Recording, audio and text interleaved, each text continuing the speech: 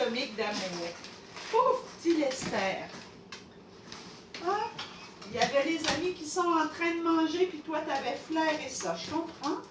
Je comprends, mon petit bonhomme, qu'on ait envie de délaisser un peu les écritures pour venir voir ce qui se passait. Et toi, Gustave, t'es intéressé aussi? Écoutez, ça me permet de vous parler d'une autre des stratégies d'intervention qu'on emploie ici au Centre Humanimal pour faire de la zoothérapie. Imaginez-vous donc que ce pauvre petit saucisson atomique est condamné de ces temps-ci à vivre une certaine rivalité avec les petits chatons que voilà. Je vous explique en quoi. Ici, nous avons Croquette, Claudel, Colin et Clara. Comme vous le constatez, tous leurs prénoms commencent par la lettre C. Il s'agit de la portée de Céline, la portée des chatons C, à qui on offre ici au Centre Humanimal ce qu'on appelle un coup de patte. Hein, la léopard? Un petit coup de patte pour des activités de sociali-chaton. Dans le cadre de la pratique de la psychothérapie assistée par l'animal, les patients, que ce soit des petits ou des grands, sont impliqués dans le soutien bien réel, le coup de patte bien réel à ces petits chatons-là, en collaboration avec un organisme qui s'appelle SOS Stérilisation. On accueille des mamans errantes et leurs chatons dans le besoin, des petits chats qui autrement peut-être n'auraient pas eu la chance d'aller très très loin dans la vie. Dans le cas de la portée des C, ils étaient initialement justement trouvés errants, sauvages, alors que les températures étaient plus ou moins clémentes. Nous ici, notre mission au Centre Humanimal, les accueillir en mode famille d'accueil, l'espace d'une sociali-chaton. Ces petits êtres-là que vous voyez en train de se goinfrer actuellement étaient à la toute base des chatons extrêmement sauvages qui se cachaient sous les meubles et ne voulaient rien savoir. Mais grâce à la générosité et aussi aux compétences bien réelles des participants au contexte de psychothérapie, donc de mes patients à moi et de toute la famille Humanimal d'ailleurs, ils ont appris tranquillement à développer, apprivoiser, tisser des liens porteurs de sens avec les humains.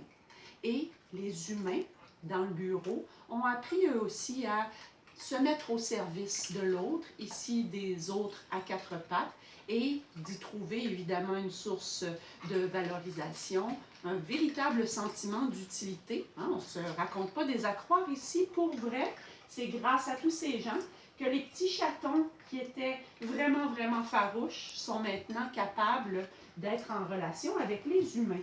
Et Lester a mis la patte au pelage, lui aussi, en s'adonnant à, d'une part, oui, toi aussi, Loba, et toi aussi, Gustave. Donc, tous les poilus de la famille Humanimal ont toléré d'accueillir dans leur chez eux ces petites bestioles, toléré de tranquillement les approcher, sans trop leur faire du mal, sans trop les effaroucher.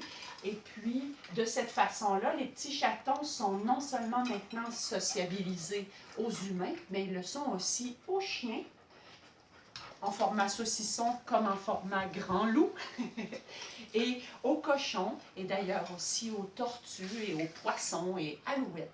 Alors, c'est comme ça qu'on peut contribuer un petit peu à, on le souhaite, un chaton à la fois, faire notre part, et que à travers ces rencontres humanimales qui sont la marque ici de ce qu'on vit au Centre Humanimal, eh bien que chacun puisse y trouver son compte et qu'il y ait une véritable notion de réciprocité. Ce n'est pas seulement les quatre pattes qui font du bien aux deux pattes, mais les deux pattes peuvent aussi, eux, contribuer à rendre la vie des quatre pattes meilleure.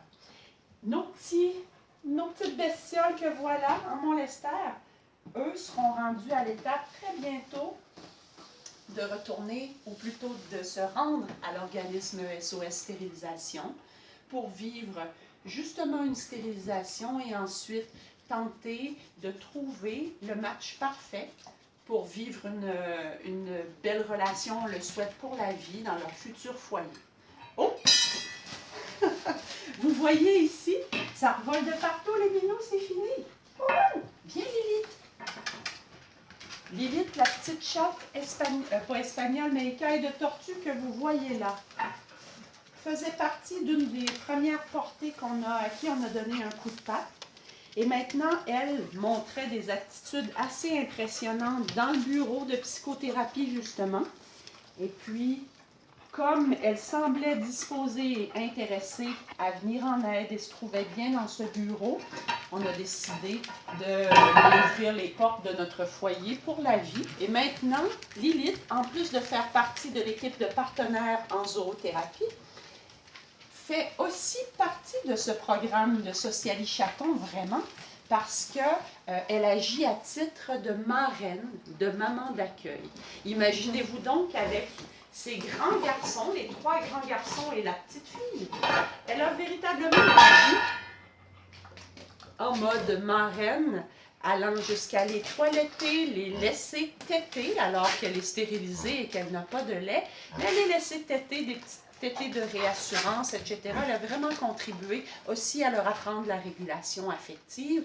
Quand ils exagèrent un peu, elle est capable de leur dire non, ça c'est trop. Elle se montre en même temps très, je dirais, pleine de compassion et capable de bien encadrer ses petits chatons.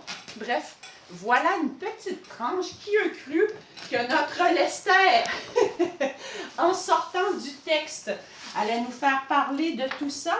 Hein, Lester? Elle dit, ben là, c'est pas très juste. Comment ça se fait que pendant que nous, on est pognés devant l'ordinateur, il y en a qui se goinfrent la face et viennent réclamer son dû. Toi aussi, Gustave. Gustave, mon cochon. Carl Gustave, oink, en cochon. Oui, et là-bas, tu voudrais pas qu'on t'oublie? Alors voilà, une petite levée de voile de plus sur ce qui se passe par-delà le cabinet de consultation et nos aventures en psychothérapie assistée ou facilitée par l'animal. Un autre angle pour parler de ce qui peut se vivre dans la relation humain-animal. Merci à vous pour l'écoute. Bye bye.